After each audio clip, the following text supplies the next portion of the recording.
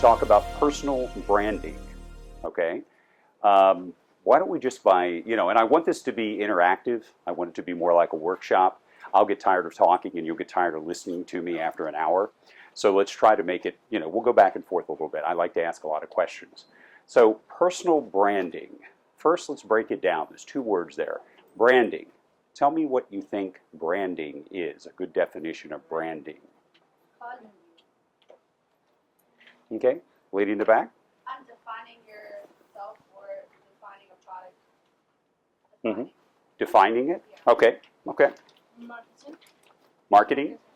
Okay, because you want to, if you build your brand, you're definitely going to be marketing, right? That's a good, the back? Especially with personal branding. You're absolutely right. It's how others see you. Okay, that's a very, very important concept. And obviously where all of you are, as far as your careers, that's a very, very important thing. So, how you're interpreted by your peers, how you're interpreted by how people see you that work with you. In addition, how obviously prospective employers are going to see you is really, really important. Okay? I'll tell you a little bit about me. Christine gave a very brief little bio, and later on, as part of the talking about branding materials that you should have, I'm actually going to go over my resume, not to go over everything with you, but to kind of show you certain parts of it, and hopefully that'll help you as you put together your own applications, resumes, portfolios, whatever. I actually started working many, many years ago, and I know there are a few of you in here who are accountants or have studied accounting here or bookkeeping. Is that correct? We have a few accountants? Okay. I actually started off my career as an accountant. I have an accounting degree from undergraduate school. Actually had a double major, economics and accounting. So I must have liked school a long time because I ended up staying 5 years and having 40 more hours than just about every other graduate. So I must have liked it, I guess. Anyway, I worked as an accountant for a while I was in college, about 1.5 years. And when I left, I went to a firm called Arthur Andersen and Company. Has anyone ever heard of that? You may have heard of it for a negative reason more recently. Back then, it actually had a really, really good name, and I was on the tax side. I wasn't on the audit side, which actually got into a lot of trouble if you look up the word Enron. You'll see what I'm talking about, okay? Anyway, I was an accountant for about 4 years until I made a transition over to marketing and sales. I worked in real estate for a little while. I became the marketing director, business development director for a management consulting firm. I did some consulting, I did some business development, so I know a lot about those areas as well. And again, we'll go over a little bit more of the specifics, but more I'm not interested in when we go over the resume, the specifics of where I worked is how I set up the resume and the story I was trying to tell with the resume that I think should be helpful to you. After that, in the late 90s, I became a financial advisor, so I know a lot about investments and various things like that. I've also worked with nonprofits doing fundraising for about 11 or 12 years, and I started my company 4 years ago, a little over 4 years ago. Now, one of the questions you might be asking, at least I think that's a logical question, is, wow, that guy's done a lot of things, why couldn't he decide what he wanted to do? Is that a logical question? So, well, you're kind, I appreciate that, but one of the things we're going to talk about throughout this, and I think you'll learn this throughout your career as well, building skill sets is incredibly, incredibly important. And for all of you, you work a lot of different kinds of places. You want to try and develop and enhance your skills wherever you're at, whether those are accounting skills, financial skills, organizational, motivational, whatever, public speaking, all those kinds of skills. Those are the kinds of things to work on. Your computer skills, Microsoft Office, database skills, all those things you're going to use in almost any type of business you work in. Okay, those will be important. So even if you're working like when I was an accountant, way back at my first accounting job, the partner that gave me my first review said, "You're wonderful with clients. Clients really like you." Now the other shoe fell, and I found out that I had to spend 15 years learning the tax codes, and that's probably why I didn't become a tax accountant for my career. But at least that part of it about the clients really liked me. That was helpful. So anyway, Let's go ahead and look at the definition of a personal brand. A couple of different definitions I'm going to give you, okay, and very similar to the ones that we got at the very beginning. Definition of a personal brand: a personal identity that stimulates precise, meaningful perceptions in its audience about the values and qualities that person stands for. Okay, that's kind of a fancy way of saying what many of you have already said. Okay, another definition of it: it is also a process that takes your skills, personality, and unique characteristics and packages them into a powerful identity. Okay, and that's an important word there, that lifts you above the crowd. You want to distinguish yourself with a personal brand. Above the crowd of anonymous competitors, and you will be competitive throughout your job career. Okay, anytime you go for an interview, rarely do you walk in the door and they say, "I'm going to stop interviewing, you're the one." Occasionally that happens. I've maybe had it happen about once or twice, and I've been working about 30 years, so it doesn't happen all that often. So you're usually going to have to distinguish yourself from your competitors. Its purpose is to create a better perception, not a better product. Now, you may think, well, why not? Well, you're enhancing your skills all the time, okay, to make yourself more valuable. We'll talk about that later as well. But a brand, like, I put this on here because Intel, I think that's a great example of a brand. Do most of you know that when you see Intel inside? Have you seen that? Yeah. If you really think about this, this is a chip inside your computer. Yet it has a phenomenal brand, Intel inside. I mean, I wouldn't have thought, you know, a piece of electronics inside a computer could have a brand like that. But I think it's got an incredibly powerful brand. It's about wielding influence in your profession. So as you get more advanced in your careers, move along, you will be influencers. You are now in your own circles. But as you go on in your career, you'll have more and more influence on your profession. And just to kind of boil it right down, it's basically the perception people form of you from the moment they lay eyes on you. So one of the things I'll go ahead and comment, and I know from talking to Northern Virginia Family Service, they require you to have a tie and a suit on, or business dress, business apparel all day during classes, correct? Well, the reason they have you do that is when you're out there talking to employers for interviews, working for folks, most people are going to be dressed like I am, okay? They're going to be dressed like you are right now. So you don't want to like land the first day in a new job and be in jeans. Not a good idea. Even to tell you the truth, I found if you even slightly overdress, that's okay. Much prefer to underdressing, okay? I guess that's a word. Yeah, I think that's a word. Okay, we'll go with that. So anyway, so I think that's really, really important. A couple of other definitions, because I like to give you a lot of different kinds of things for branding. I had a few others here that I thought were interesting. Kind of goes along with branding. This is from a person named Frank Delano, the president of Delano & Young. It's a brand image firm. That's all they do. Everything is a brand. Most people don't recognize that. Where you live, the house you live in, the streets you live on, they are all brands. So everything is part of our brand, okay? The way we speak, the way we dress, the skills we have, places we've worked, that's all part of your brand. And people are brands, okay? So, you know, that may not have been something you may have considered at this point, that I am a brand. Ron is a brand. If you look at my website, and I'll talk about that a little bit later as well, but I've just redesigned a website to rebrand what I do. And when I say rebrand, it's a different brand. I've been doing mostly consulting for the last 4 years, worked a lot with charitable organizations, nonprofits. I've been rebranding myself to be a business coach, and I do more business coaching, or I'm in the process of doing more business coaching, but the rebranding is very important. Do we have the fan on? I didn't know, because I'm seeing a lot of fans. I'm getting a little warm, but I also see that there are a few others that are fanning themselves. If you need to take your coats off, are you okay with that? Yes. Okay, so if you need to take your coats off if you're a little bit warm, I've already taken mine off. So here's another brand. Everyone recognize this brand? Apple, yeah. Now, if you'd have thought about it, I just saw a great show on, what was it on? The Nat Geo channel the other day on Steve Jobs and Bill Gates and the way they competed in the 80s and into the 90s to be like to the head of personal computing. And they both had a pretty big rival called IBM at the time. So very, very competitive situation. But Steve Jobs developed, or he came up with the idea of an Apple, which seemed like at the time, and I actually am old enough to remember when it came out.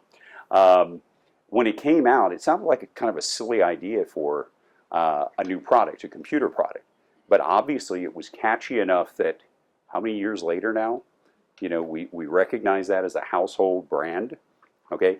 In addition to that, it usually means quality, creativity. We tie it to all those different kinds of things. The 8 laws of personal branding.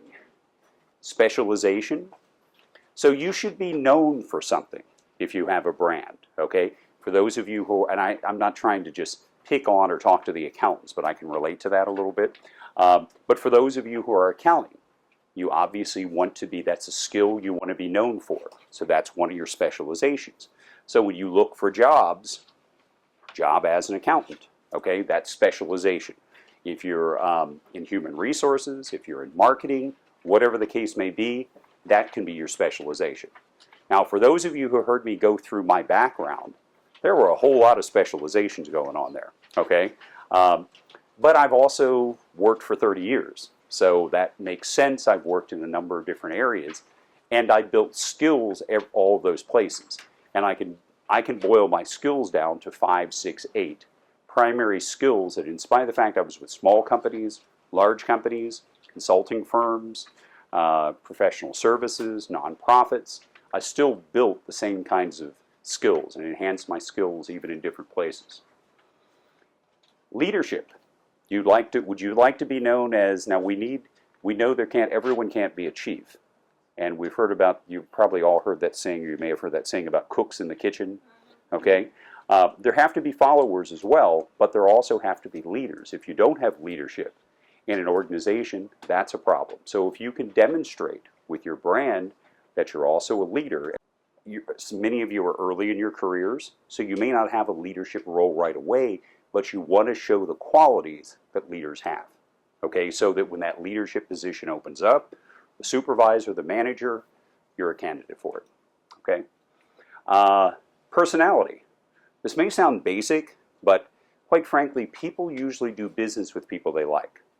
That might sound pretty basic, but if you think of yourself, when you work with someone, you know, whether it's a plumber, a doctor, or whatever the case may be, if you don't like them, are you going to continue working with them? Even if they're good, you're probably not going to keep working with them.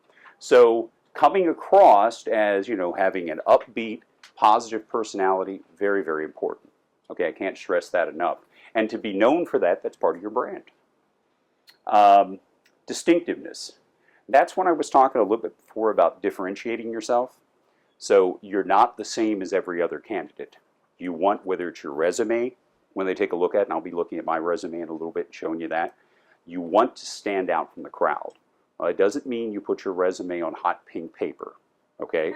You don't do that. Unless maybe you're working for Mary Kay, okay?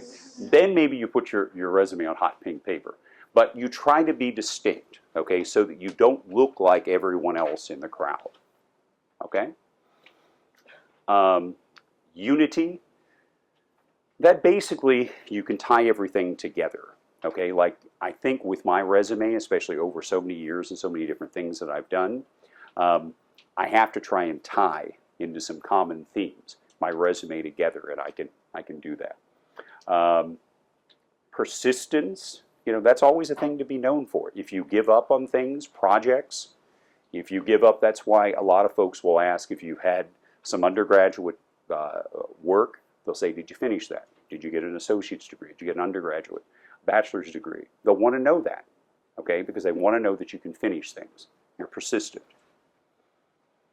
Can you see over here at all? Okay, all right. Well, you do have the handout now, so just in case you can't. And then goodwill. Let's talk about it from a company's perspective. Apple. Apple gives a lot of money to charities. Okay, Apple has a lot of their employees volunteer for various causes. that makes the public have a very positive image of Apple and of a variety of different companies.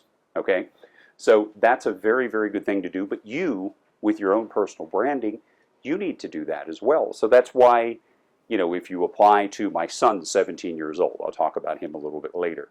But as he's applying to colleges, volunteer work that he's done, and if some of you are parents, you might know this as well, some of the volunteer work that he's done, very, very important to show the school that he gets involved. It's not just studying and you don't care about your community, you want to work for a cause. So that's important as well. Any questions? Okay, we are going to go over a couple of things later. I've got a couple of exercises for you, and hopefully that's going to help you begin to know what your own personal brand is, okay, and what your strengths are. Building your brand. Everyone recognize this brand? Disney. Disney. So, generally speaking, pretty positive? Yes. Okay, you get children, fun, amusement parks, movies, all kinds of cool stuff. Okay, so over the years, they've built an incredible brand. I had in graduate school, I worked on a project in international marketing for Disney. Okay, and I actually presented it to Disney and had some good conversations about it on tying together the way they do, because they're phenomenal about tying together their stores, promote their movies promote their products and their theme parks promote their products. It just is a circle of everything promoting everything else. And in marketing, that's a key. Okay, that's a very key thing for companies. In your case, building your brand, the attributes of your brand are the perception that people have of you and the value that you provide. So it's how they perceive you, but it's also the value that they recognize. When they see you, they know if they're part of our organization, here's the value that they're going to provide to our company. Very, very important. If folks, because if you think about it, if the value you provide to a potential employer is not greater than the cost, are they going to hire you? Doesn't mean you have to generate, it doesn't mean you're in sales and you have to generate revenue. But if the value that the company places on you is not greater than your cost to hire you and your benefits and all that, they're probably not going to hire you. I'm not trying to be negative, but it's just that's why building up your value with your brand is very important. You should ask yourself, who is my target market? So for instance, I just spoke to Beth a little earlier about CPA firms. Even though I'm not a CPA right now, I do partner with a lot of CPA firms. So I should be able to give you some good folks that, especially for those of you who are administrative, bookkeeping, those kinds of areas, there could be some opportunities. I also know a few good bookkeeping and payroll firms, which I think are also good contacts for you. Okay? So that's what I'm saying about, start to target. So do research on the kinds of companies and the types of positions. You'll notice when I'm going to give you my resume, and we'll take a look at it in just a little bit, I have at the very top of the resume an ideal job title. Okay? So, and even though I've got my own business, I still have a resume that I can send to someone as well, because that's another marketing piece for me. Just like my business cards, just like my website, just like my LinkedIn. Okay, are many of you on a lot of social media? Do you use social media? LinkedIn, Facebook, all those things. Good, good. You probably are much better at tweeting actually than I am. I should get much better at tweeting. I do have a Twitter account for my business, but I'm really bad about, I got to send something. So I need to get better at that. How does that target market perceive me now? Again, gets back to, so you've developed who you want to target for your services. Okay, for what you do, what do they think of you now? They may not know you at all. So first impression is often a resume, a phone call, something along those lines. So you have to make a good impression. Those old sayings about, you never get a second chance to make a first impression, that's very true. So again, the way you're all dressed, business attire, that's wonderful. That gives a nice first impression to a potential employer. Is that perception in line with the way I want to be perceived? Okay, so if you walk in the first day, or let's say, here's a better example. Let's say that people that you've known throughout your life, how do they perceive you? And our exercise later is going to go into that. Is that how potential employers perceive you as well? Very, very important, okay? Because, again, you may think, and it doesn't even hurt. Let's say you go on a job interview. You don't get it. A lot of employers will tell you, if you ask them, why didn't you hire me? Now, some of them won't tell you that, but many of them will tell you that. And they might say, you didn't have enough of this, you didn't have this. I even had one way back when, I forget what they didn't like about the way I was dressed, but they didn't like something about the way I was dressed. And they actually told me that. So I took all that into consideration. I don't think I wore that tie again. So I think it was something silly. It was a tie or something like that. And I thought, that's kind of silly. So anyway, 3 elements of personal branding. Questions. I'm a big question person. In the business I do right now, business coaching, as soon as I sit down with a new business or a charity to work with them, it's all questions. Because I've got to find out what's really going on with their business. And if you keep asking, if you ask one question, a follow-up question, follow-up after that, then after, I mean, I've gotten to points when I'm asking questions with companies, I'll go 6 or 7 deep on questions just on one topic. Because I really want to get down to, okay, I want everything that I can learn about that company, okay? Another tip for interviewing, always go into an interview. If at the end of the interviewer says, do you have any questions? I always like to have questions. So you do some research on the company, do some research on the person if you can that you're talking to. Okay, if you're on LinkedIn, awful lot of people are on LinkedIn. So it's very easy to find out about the person that's interviewing you. So it's a good idea to, say, oh, I saw that you, like in my case, I'll often comment about the school they went to or some place they work that I'm familiar with. Okay, it's a good question. They know you've done your research. That's a good thing. Who are you and why should people care about you? How are you relevant? Very important question, okay? That if employers don't say, once again, why should they care about you? Why are you important to them? They're probably not going to hire you, right? Or if you're working someplace, if they don't answer that positively, you may not be working there a lot longer, so that's important as well. So continue to do things to increase your value. What do? Get past what specifically you do and move to the specific services you provide that are in high demand. So again, accounting, I hate to keep doing that, but I know about accounting. So anyway, accounting, bookkeeping are very, very sought after professions right now. I mean, if you're an accountant, if you're a bookkeeper, there are a lot of positions out there. So if that's what you do, there's a lot of positions in marketing, a lot of positions in HR, but definitely in accounting for CPA firms, for bookkeepers, for bookkeeping firms, private sector, nonprofit, government. There's a lot of opportunities in that area. Any questions? Or are we all we're a little bit like laid back right now because it's a little warm in here maybe? So maybe is that. What's that? We're taking in the information. Oh, that's good. That's good. You're a sponge right now. I like that. That's great. You need to ask yourself how you're different and create value. So again, that's differentiating yourself. I'm going to say that over and over again because that's really, really important. Okay? Differentiate yourself for whoever your potential client is or potential employer, or when you're at the employer or a client someday, like I have to do all the time. Tell potential employers how you can benefit them and why you're different from everyone else in the market.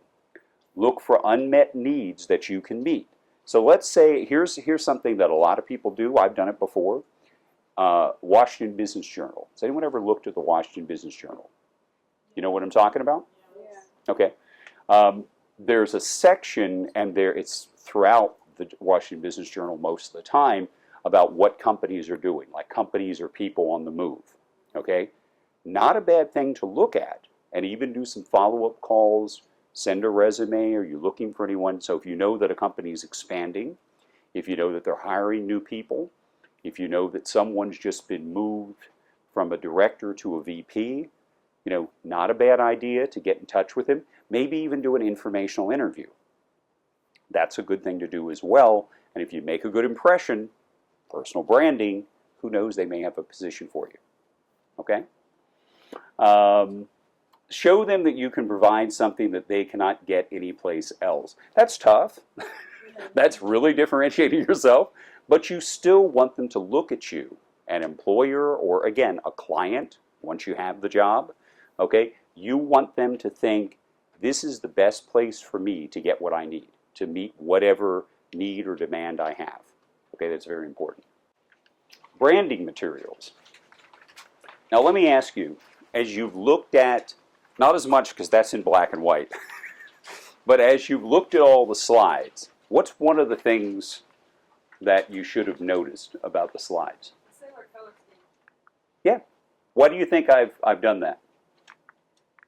Oh, it's not going back. It kind of unifies everything. It does. And there's a specific, like there's blue there, there's green there, there's blue there. That is my brand. That is my brand. I want you to see blues and greens. Okay? I also want you to see, that's my logo. Okay? So as you look at the papers, in fact, I think, was the one in color the first one you had? I don't know if it was or not. Okay. But still, you'll see this brand. You'll see my name. You usually see the name of the company. All those things are me branding. Wherever I'm at, whatever I'm doing, I'm going to brand like that. If you look at my website, I alternate colors, blue and green. I have the logo, my name, and one of my slogans on every page of the website. Very, very important. So if you have a personal, let's say some of you are really good at building websites or you like to do that. That was my first experience actually building one myself, the one that I just launched last week. Really kind of cool. It's a neat thing to do. I've never had to actually do every step of it though, so that was a challenge actually. I wasn't used to that, but it turned out okay, so I'm getting good feedback on it. So what are branding materials that you should have? Business cards. Do any of you have a personal business card? Okay, I'm going to pass out. Can I get you to pass out some more things? And if you don't have enough, I've got a few more. So these are my current business cards. Now, I want you to take a look at those. I'll wait just a second to let everyone get one. Because I'm actually going to ask you, you can be kind, you can also critique it. Okay, so you can tell me something that you think could be improved on that. Because I'll go ahead and give you a little hint. I've redone the business cards. Okay, I'm almost out for one thing of my current, but I've redone the style of the business card. So first of all, when you look at that, what do you think is, let's start with a positive and try to be nice. What do you think is positive about the business card? Weight.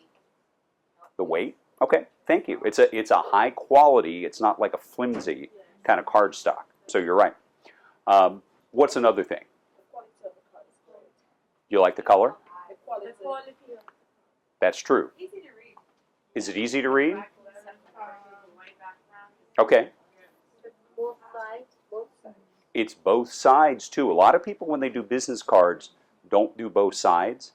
And that to me it kind of, you have an opportunity to really advertise on both sides. So not just on the first one. Traditionally that a lot of people didn't do that. I started doing that probably 5-6 years ago with cards. Okay, unless there was a standard. If I could do the cards myself, I put it on front and back. Okay, what's a negative?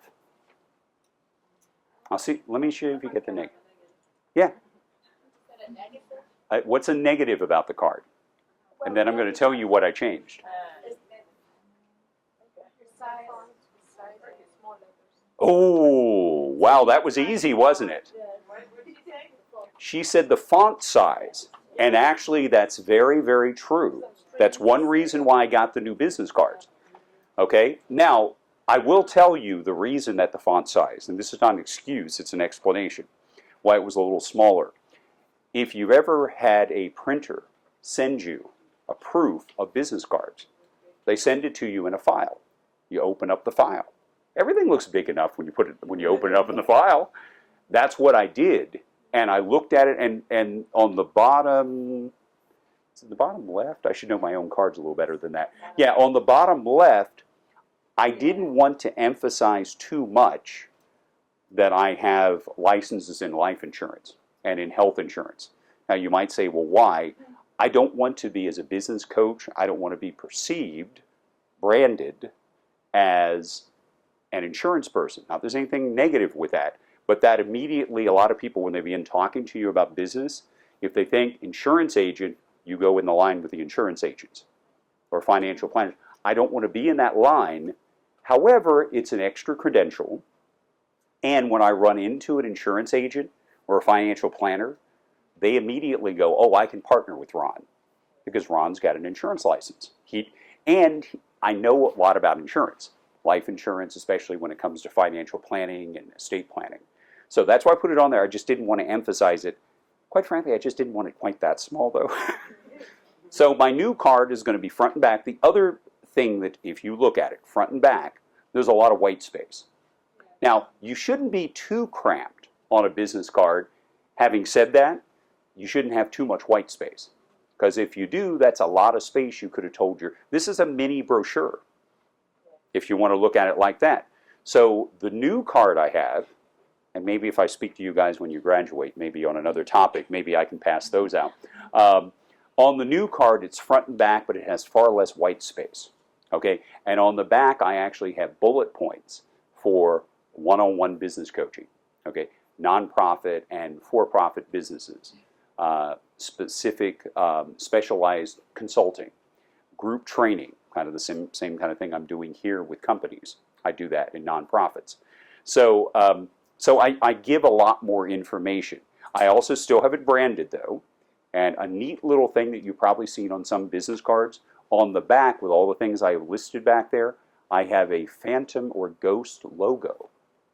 Anyone know what a phantom or ghost logo is? You can probably guess what it is. No, it's on my new card. It's going to be on my new cards. Sorry. I was making that really confusing, wasn't I? Sorry about that. Like a watermark? Very similar to a watermark. That's exactly what it is. Even though you have printing that you can read on the back, the logo is put on the back faintly. So you can see it for branding purposes. However, you can still read everything else that's on the back, all the different things, services I provide. Okay? So, yeah. I was thinking, because your credentials here are very important, I was thinking that, and personally I think the face is a little bit crowded. If you took the address to the back and have this a little bit expanded here, it would be very nice, because then I have to see all what you're doing. Then the address could be at the back, somewhere at the back. Okay. Actually, that's close to what I decided to do. Okay. I actually wanted to emphasize the website on the front more, and the telephone number more, and anything regarding business coaching more. So I kept that on the front and made that more prominent. I did, but to uncrowd it a little bit, I moved the other credentials, which are important, but remember, I don't want to emphasize them. I moved those to the back of the card, along with the different services I offer. So, logo is a branding. Like I said, right here, I have another logo that I'll use sometimes. In fact, it's on the card, if you notice. You get RWI for the name of my company, which is inside the logo. I've had people get confused when they see my card and think it's Solutions, Inc. I've had clients write me checks to Solutions, Inc. I'm glad my bank still cashes those. So that's one of the reasons why I dropped the RWI out of the logo and put it back down the space below it. I saw a hand someplace. Yes. I kind of like this one. The word solutions is the biggest word, so that's what I knew you were all about. Running solutions. And initially, that's exactly why I did it. Okay. I provided solutions, and I wanted the logo and the RWI. I wanted people to associate the two of those. But I've had more people than not say, oh, the name of your company is Solutions, Inc. So I said, okay, maybe that's important, what we said, or what I thought as well. But I kind of said, let's work on the other side, and let's. I don't like. It's not good to confuse people if you're trying to work with them. So, stationery. We mentioned watermark a few moments ago. On my stationery, that big logo is on the entire sheet, okay? And then it has my contact information at the top along with my slogans. Then it has, no, actually it has the name of the company and contact information at the bottom. So website, all those kinds of things. But it has another logo at the top along with the name of the company along with my slogan, because I want them to remember finding solutions for what keep you awake at night. Okay? I also have one that's on the back of the card, if you look at the back of the card, because if you think about that, finding solutions for what keep you awake at night, what's that telling someone? Or what question is that asking? Problem solving. Problem solving, right? Problems keep you awake at night. Problems keep you awake at night, absolutely. So with that slogan, now that's a group of businesses I want to work with, but if you only work with businesses that are having tremendous problems, can they also be a little bit of a headache as well for me as a coach and a consultant? So why wouldn't I also want to work for businesses that are doing well but want to make even more money? It's the next level, right? That's the next. So if you turn around to the back of the card, it says for successful businesses who want to grow and prosper. So they're already doing well, but I want to help them grow and become even more profitable. So I want to get both of those across. That's why I decided to have. And if you look at my website, I should have maybe thought about going into advertising. And I love to work on things like slogans. So there's a number of them. So you can see my website on there, on my card. Check it out sometime if you get a chance. And you know, you got my email there. Be kind. You can send me any comments you like as well. So, okay. Resume. Yes, ma'am. Going a little further back, what is a informational phone interview? Informational phone interview. What an informational, all of you guys are at a stage, the training you're getting here, plus, you know, other training you've had, experience in your lives. You start researching companies, you find a company and you go, I'd like to work there. You find a type of position that you'd like to have and you say, oh, I like that kind of position as well. And informational interviews, it's two-part actually. The two parts are you really are trying to research and learn more about a position you're interested in. Because who knows, when someone tells you what they do, you may say, I'm not interested in that anymore. I don't want to do that. But the second part of it is, let's say you go in and it does give you a lot of good information and you find out, yeah, I'd love to do that job. Okay, I'd love that position. You've also gotten in front of someone, and that branding, first impression, okay, you dress well, you speak well, you have good questions, you've done your research, that can tell that person, wow, this person's good. I'd like to maybe have them as part of our team. So informational interviews can go, I think they're very important for both of those reasons. Okay? So it's just for the people that's learning more about the company, even though you don't want to work there. Well, what ideally you should pick someone to do, or pick a company and a person at a company that you would like to work for, or the type of, even if that company doesn't have any openings, they'll probably know other people. Okay, they may have that. Everyone loves to give advice. Okay, we all love to give advice. I mean, everyone likes, what do you think about blank? And we love to give our opinions. So if you're interviewing someone and you ask a question at the end of it like, well, what are some things you think I can do? What suggestions do you have? How could you recommend that I move forward? Who else should I speak to? Ask a lot of questions like that. And people love, they'll very rarely just go, I don't know. They'll usually try to help. Most people will. And that's good. It'll help you even if they don't have anything at that company. A competitor may have something, or the next informational interview that you do, you may just kill that one. They may have an opening and you go, wow, we got to have you. Okay. I saw a question, lady by the fan. Did you have a question, or did you just throw your hand up to? No, I did because I was just reading this. But for your resume, like, is it okay? Like a lot of times, like on my resume, for example, I'll have like that part, and then your 3 jobs, your 3 last jobs in keeping for each job. But should you have a resume with your different like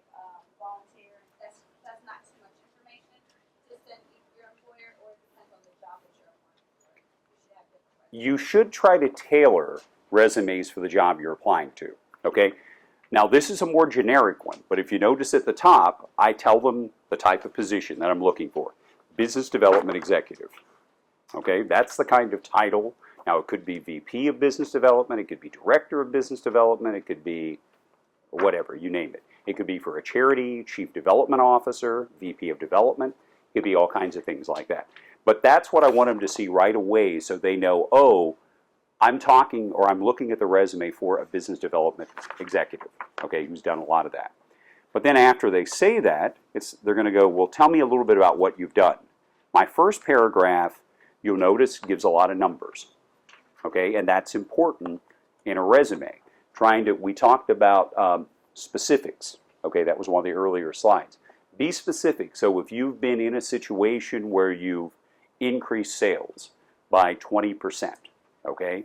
If you've been on an accounting staff where you've helped in a cost-cutting measure of some kind, okay? Or a new budget system, or implementing a new accounting system.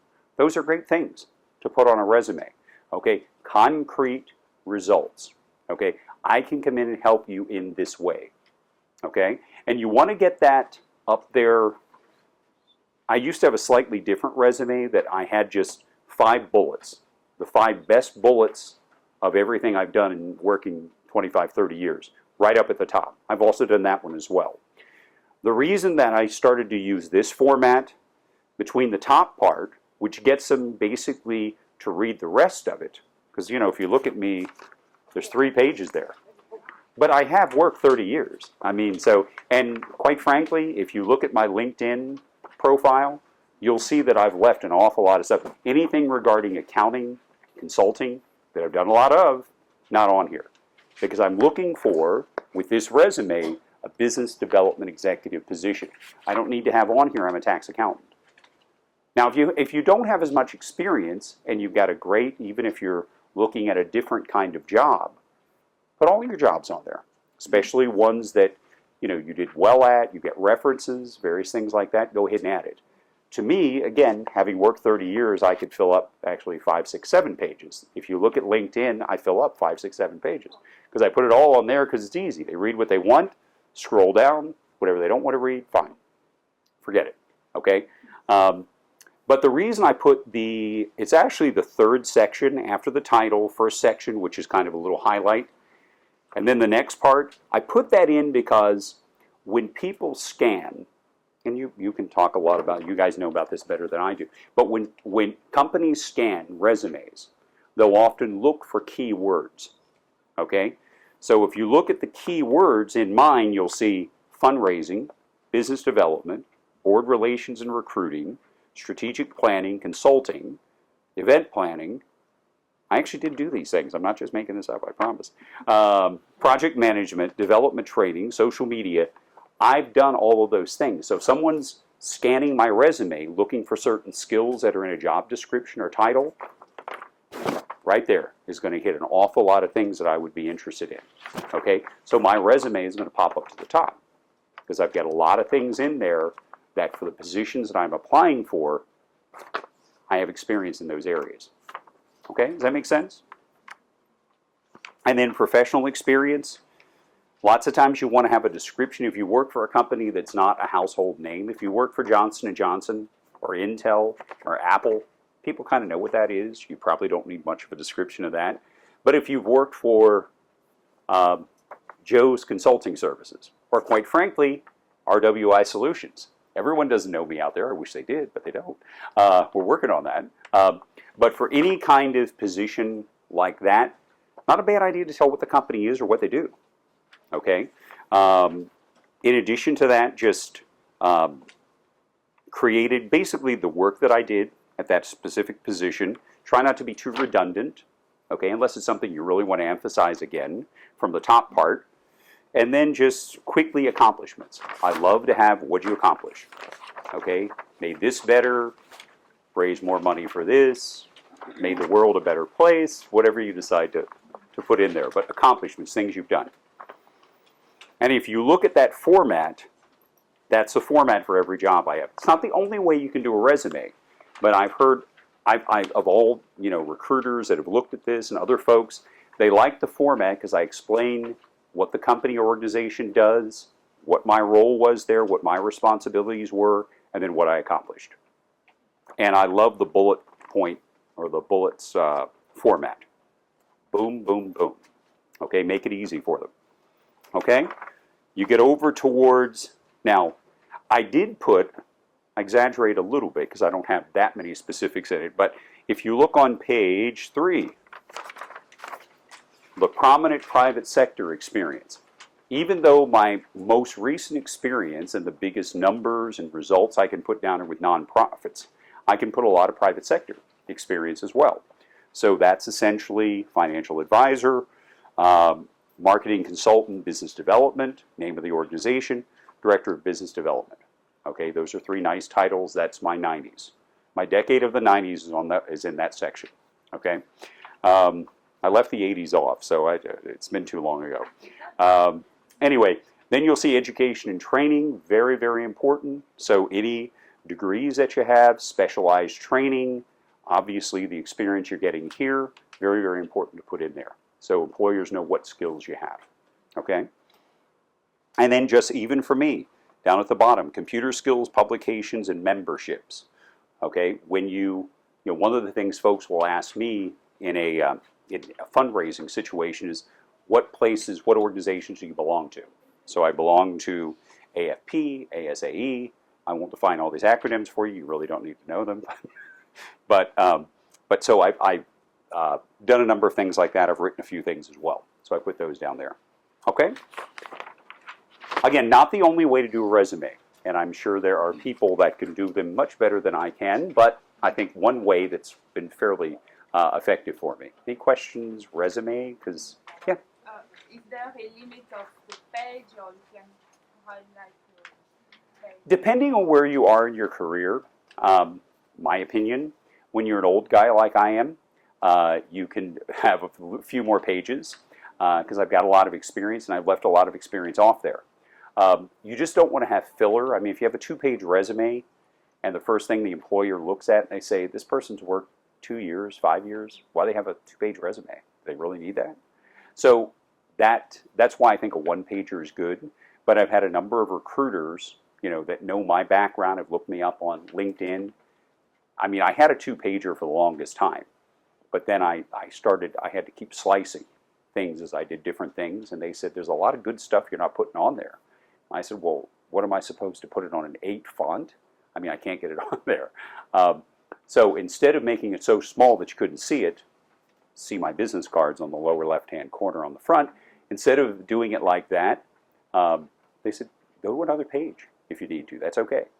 So that's why I'd say if you have good, relevant information and you need to go to a second page, that's okay. Yeah. Okay. I get from this that if you are going for a job interview, the information that you want to put on your resume should be directly or should be kind of directly or indirectly related to the job that you're looking for. You don't want to put experiences that are necessarily not relevant or not important with respect to that job. Yes and no is the way I would answer that question. If your relevant experience is in an area that's not exactly the job you're applying for, but you've had accomplishments in another area, you still want to be seen as a doer. I get things done. I make things happen. I take charge. I'm a leader. Even if it hasn't been exactly in the job you're applying for. Because a lot of people, I mean, look at me in 1999. I went from my entire career in the private sector and being a financial advisor with a large brokerage firm, I went over to working for a nonprofit. I didn't have any nonprofit experience. I mean, I'd done a lot of volunteer work and things like that, raised some money in that way, but I hadn't worked in nonprofits. So what was I going to put on the resume if I were applying for that job? Almost nothing. So I had to put the other stuff on there. But the good thing was they looked for skills. Skills, for instance, those 2 jobs may sound a lot different. Okay, being a financial advisor and working for a nonprofit like I did. They really weren't, because the financial advisor's position, I did a lot of estate planning. I did a lot of relationship building with clients. That's how I got new clients. I did a lot of seminars. Okay, same kind of thing I'm doing here. I did for a lot of groups. Okay, so those were skills, cultivating high net worth investors, cultivating high net worth donors. They both have net worth, and you've got to try and work that relationship over time. So I had transferable skills that worked in one job and could work in the next one. So especially if you're trying to change careers, that's real important. Personal brochures, I've seen these, and I've seen them look really good. I probably did one for my business. I don't have one because I usually try to send people to my website, okay, because I think, you know, I'd have a brochure that would be 10 pages long if I tried to put the same information I have on my website. I can get it on the website, people take a look at it, it just makes it a little bit easier. Personal postcards, I mean, I've used postcards for marketing, direct mail pieces. Some of you have gotten those in the mail for a company. You know, they'll ask for a response. You often get them for like carpet cleaning and things like that. So companies use them a lot. As far as using them yourself, I think they can be useful. I don't happen to use them, but that doesn't mean you can't use them and they're not effective. Website, I talked about a lot. My website is on the card. So again, I encourage you, take a look. I even have a survey at the end, or just request more information. If you just at the very bottom say, saw your, your workshop, at NVFS, that'd be fine. And just let me know. But otherwise, just take a look at it, see what you think. You've got my email address on there as well. And I'll say this now, and I'll say it before we're finished as well. If you have questions after the class, something you'd like to ask me, and be glad to answer any questions you have. And this is something I've never done, but it's also an important thing to do, especially if you're with a company. Who knows, you may be involved in a press kit, okay, doing a press kit. What do you think of this? I tried to find someone with like exhilaration, okay? They've just gotten the big job, okay? So that's why branding is important. You want to stand out in a crowd, okay? Because again, some positions, I mean, I applied for a position, it's probably been about 8 or 10 years ago, that I was told there were 600 candidates for that position. And it was an executive higher level position, but 600 candidates? That's a lot of people. So if you don't stand out by what's on your resume, by, and oftentimes I can make that first cut with most of those positions just because of the resume. And that's not bad if you can go from 600 to the top 30 to at least get a phone call for a big position. That's good. So focus your energies and prioritize. You've got plenty of time now because you're just beginning, right?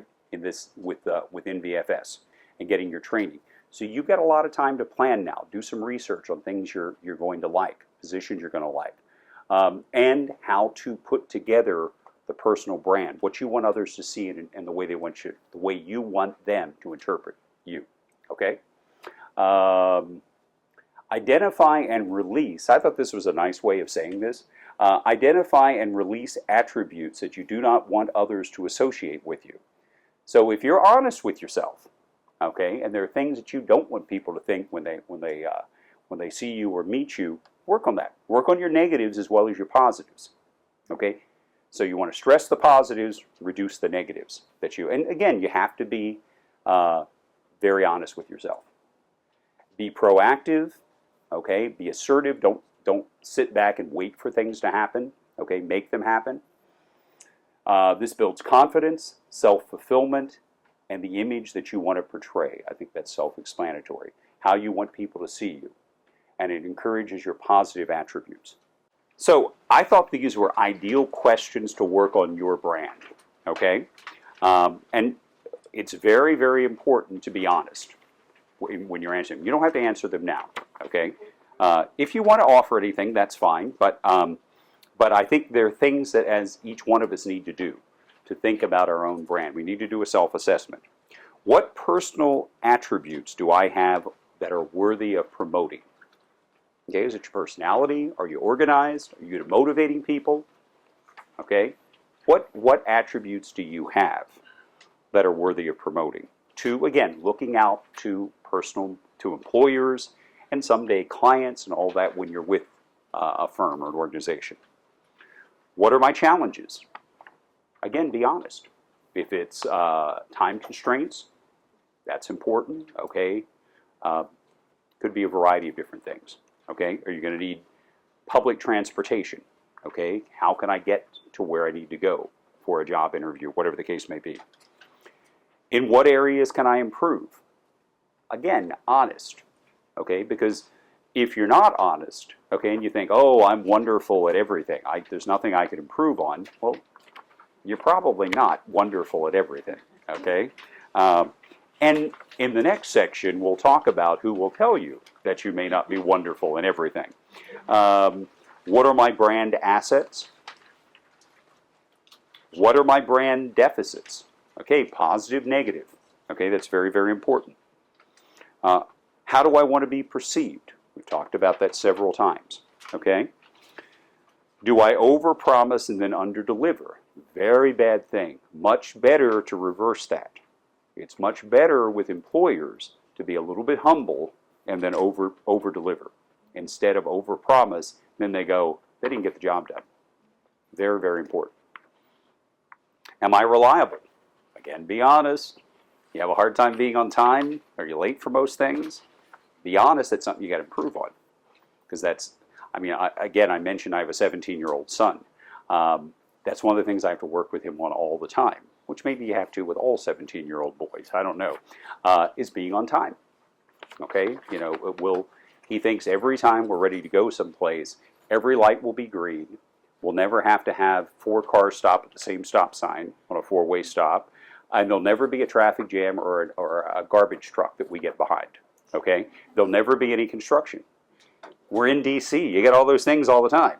So, you know, that's something you got to work on. Am I confident? Do I promote confidence in others? That's important as well. To be someone that not only are you confident, when other people are around you, they feel good, they feel energized, you have a positive impact on other people. That's real important. Okay? Next section on the next page. Now here's where you can get a reality test. So if you think you're all this and much more, okay, and wonderful at everything, now you're going to ask your friends and family how they perceive you. And most of us, to a degree, okay, folks are going to be pretty honest with you. So, and that's important because an employer or a potential client someday could have the exact same perception of you that maybe a friend or sibling or a parent or whatever the case may be. Okay?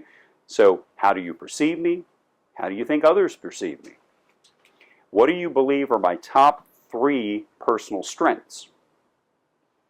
What 3 areas in my life need improvement or development? Okay? Am I a team player or a leader?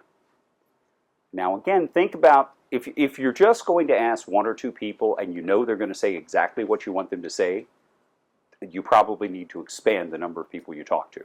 Okay? Talk to people that'll be honest with you. Okay? Because that's important. Because again, you're building your image. And if what you're doing right now is not getting across what you'd like it to get across, why is that? Figure that out. And you can if you give yourself an honest self-assessment, and if you ask others that will be honest with you, you can find that out. Am I reliable? We'll get back to that being on time thing, okay? I mean, it's very important. If you come in, even in the DC area, I try to leave, and I tell my son this, and he can't quite figure out why I do this. I always leave more than enough time, so if anything, I'm always about 10 to 15 minutes early. So if something does happen, and there are times, you know, it just happens here. You get traffic, you get an accident, whatever, you still are only going to be maybe a few minutes late, and you always call to let people know if you're running late. Okay, so have your cell phone with you, whether you're going to text them or whether you're going to call them, make sure you call if you're going to be late for anything. Okay? Am I manipulative or sincere with others? Wow, that's a tough question to ask friends and family. But again, that's a good thing to know. how you are perceived by others. What have I not asked you that you think I should know about how I am viewed by others? I did a little bit, and I didn't get into this, it's not on my resume, but I did a little bit of TV work back in the 90s. And that was one of the things when I did reporting. That was always the last question. I had a very good reporter for one of the local TV shows tell me, every time I do an interview, my last question is, what do you think I should have asked you that I haven't asked you yet? Okay, this is the same kind of question. So ask them, okay, I haven't asked you everything, but what else do you think is important that I should know about me and how others perceive me? Very, very important. Okay, and then the next section, in a business sense, now ask yourself these additional questions. I'll go over a few of these. We're still okay on time because I want to leave 15 minutes for extra questions, so we're still doing pretty well. What persona do I want, need to exhibit from a business sense? Okay, so you might have friends that haven't seen you in a business setting tell you certain things. That's important to know for your brand, but also in a business sense. Now ask yourself these additional questions and be honest. If you've worked for 4 or 5 employers or 3, who'd you get along with? Who'd you not get along with? Okay, what types of tasks did you not like doing? Okay, what types of tasks did you enjoy doing the most? Okay, all that's important. Do I dress the part? My congratulations again to our friends here for asking you to wear ties and suits and coats, although most of the guys, like me, have had to take theirs off by now. That's okay. We still have our ties on, so we're still looking good. Do I speak the part? Okay, that's very, very important when you're, even if you have a great deal of knowledge or skills that someone wants, you need to get that across to them. Okay, you need to communicate properly with them to get across, because you may know a lot, but if you can't communicate it, it's not on your resume, you may not get the job, you may be the most qualified person for the job. You may have done the best job. So it's very important to speak the part as well. Are my mannerisms congruent? I don't know why they phrased it like this, but I kept the question the way it was. With the persona I wish to portray. So I'll just give you an example of a negative for me. Okay, I remember once I went on this interview, and I didn't even realize I was doing it. Okay, and the person we went on, I interviewed again. I don't remember. I don't think I took the position, but we did well. But the guy told me afterwards, Ron, you've got an annoying habit. I had a pen with the clicker on it, and I was taking notes, and I was clicking the pen. Had no idea I was clicking the pen. That's not a good thing to do. Okay, it's annoying. You know, if we just hear someone, if someone sits beside you or talks to you and clicks a pen the whole time, it's annoying. So he told me about that, and since then, since I didn't realize I was doing it, I just don't take pens with clickers. So just in case I would have forgotten, okay, I'm not going to forget. So anyway, what continuing education should I invest time with? So in addition to what you're doing here, are there other classes you can take? Okay, we get a catalog every quarter, every semester, whatever, from NOVA, Northern Virginia Community College. Great classes they offer over there in the evenings. That can be just enhancing your skills. You can be working towards an associate's degree, whatever the case may be. So, and do you guys have a partnership with them, don't you? Yeah, that's what I thought. So anyway, I greatly, greatly recommend that as well. Am I aligned with the right people? So for instance, again, I can give more examples with me because I kind of know me a little bit better than I know most of you. I knew when I started rebranding and refocusing my business on business coaching that most people over the last 12 or 15 years have known me as a nonprofit fundraiser. And in fact, I met with one of my better contacts that was on a committee I set up a few years ago. We raised a lot of money on that committee.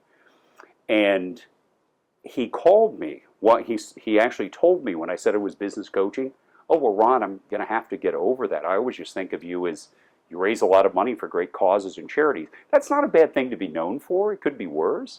But if you're trying to be a business coach and work with for-profit and nonprofits, I didn't just want to be known as the fundraising guy who raised a lot of money. Again, not a bad thing to be known for, just not exactly what I wanted to be known for, which is why I had to, even with him, go through a rebranding. And then as soon as my website was alive, I sent him the website. so he can start to think of me in a different way and not just the way he thought of me when we worked together. Am I confident? That's very important when you go in for an interview, when you meet people. Okay, and again, be honest with yourself. That's another good one to ask your family and friends, I think. Because if you ask them, they'll tell you, do I come across as being confident? Or do I come across as, well, I'm really unsure, I don't really know. You don't want to come across like that with potential employers, or again, once you're hired with clients and customers someday, okay, or colleagues, teammates. Who would I consider to be a model of what I wish to portray? A lot of people have that. They'll look at, like, we talked before about maybe find with informational interviews, a person, a position that you think you'd like, right? And then find out more about the person before you interview them. Okay, that's very, very important as well. So who can I model? I'll give you, again, an example from my background. I met a CPA probably my sophomore year in high school, and the guy was a nice-looking guy. He owned a lot of businesses in town. He was very successful, had a successful CPA practice. I ended up working for him before I graduated from college for a little while. And besides that, and you got to remember, I was 16 at the time, so you think like this when you're 16. He was married to one of the teachers in my high school, who was by far one of the most awesome looking women in town. So that also, I thought, if I get that degree, I can get, the really attractive wife as well. So, so anyway, that's what you think when you're 16, what can I say? But then, of course, I got the accounting degree. I don't regret that, but I was only an accountant 4 years. But that was a big influence. He was a model of mine. I'd like to have that, okay? And it wasn't anything negative. The guy was an upstanding guy, did a lot of charitable work in town. But the wife probably had as much weight as anything. But anyway. I won't emphasize that too much. Next step down at the bottom, something to always keep in mind when branding. Be specific. We talked about that a little bit before.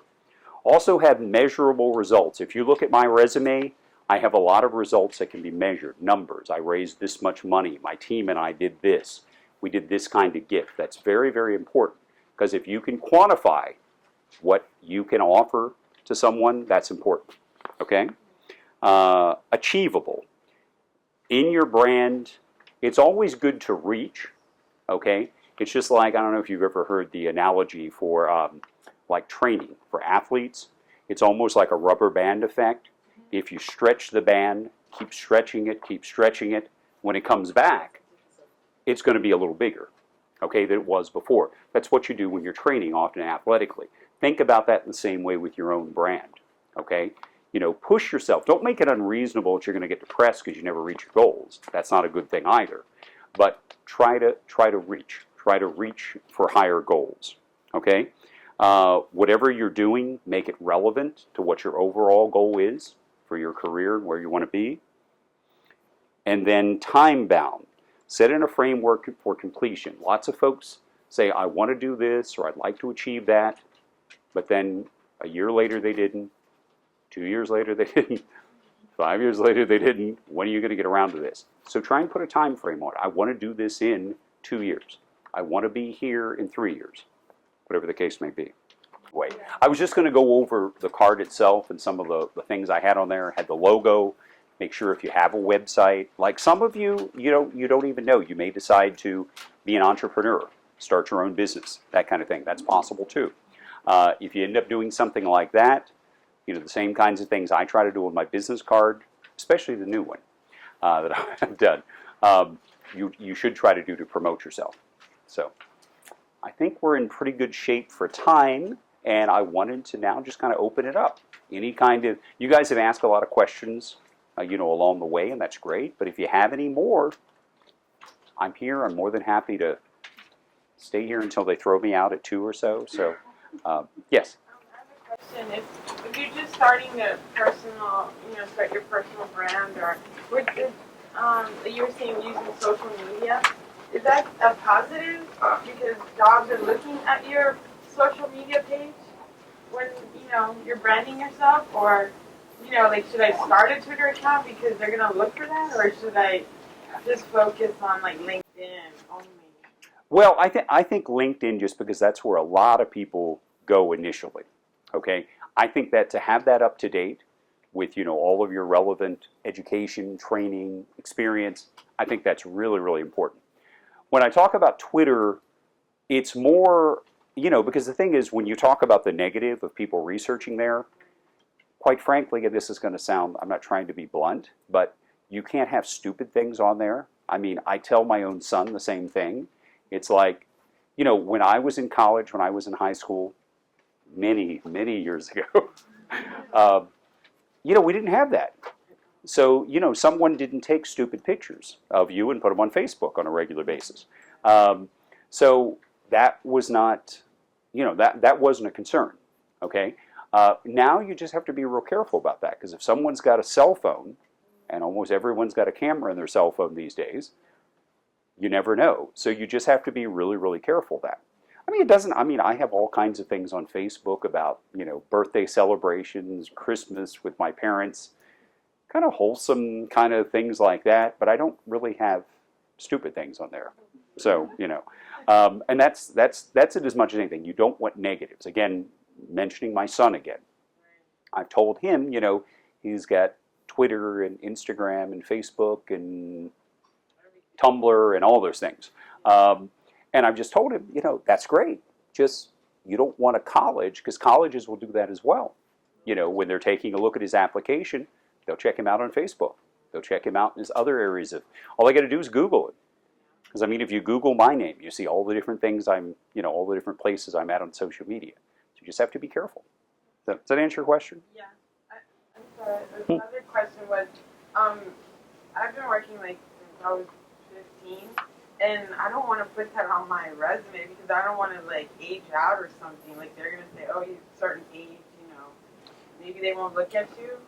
And then that's kind of my fear when I do the resume or put stuff on LinkedIn, that I don't want to look like, oh, she's been working forever.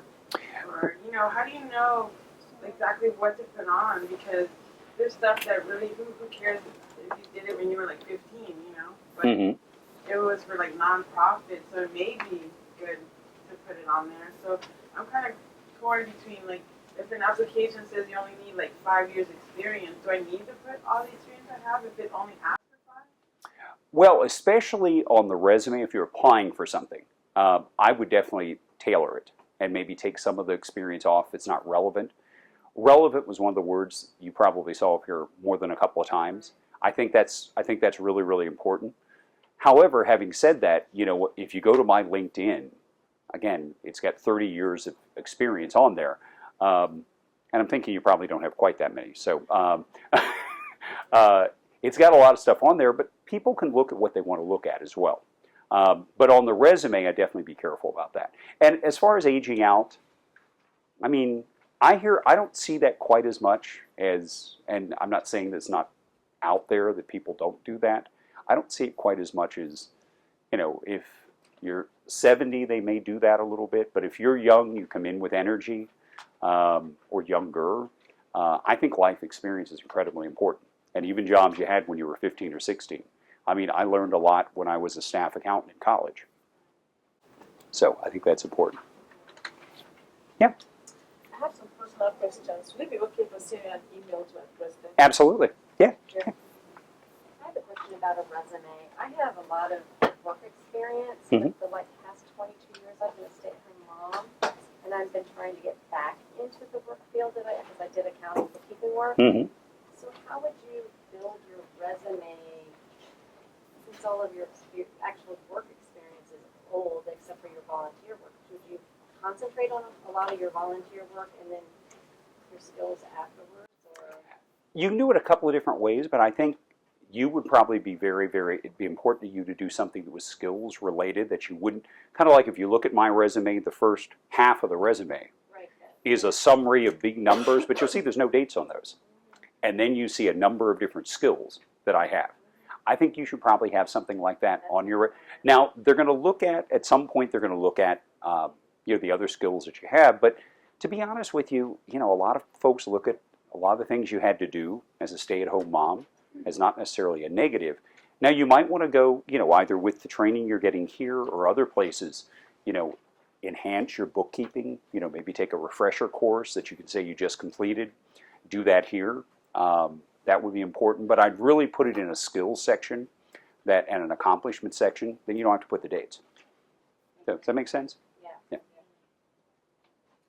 I thought I saw another hand. Yes. What advice would you give to someone who has interest in many fields, and how would you narrow that down so you can start planning your short-term and long-term goals? Now, when you say many fields, do you mean like I want to be an accountant, a doctor, a plumber, an artist, a baker? I mean, Maybe not as extreme. Say business administration, either in, like, say, nonprofit versus the private sector, maybe business, maybe healthcare, that type of thing. well, all of those you just mentioned. I mean, again, look at my resume. I've been at a billion-dollar social services charity.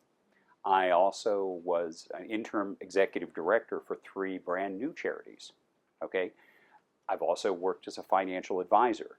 So, kind of that same kind of skills thing. The skills you have, you can apply skills. That's why at the very beginning I said constantly building skills, because you can go into different environments with motivational skills, sales skills, financial skills, organizational skills, and you can sell those skills in different environments. Now, it's a little bit more of a sales job than if you'd already, let's say you wanted to work for a healthcare organization or a healthcare charity, okay, children's charity, whatever the case may be.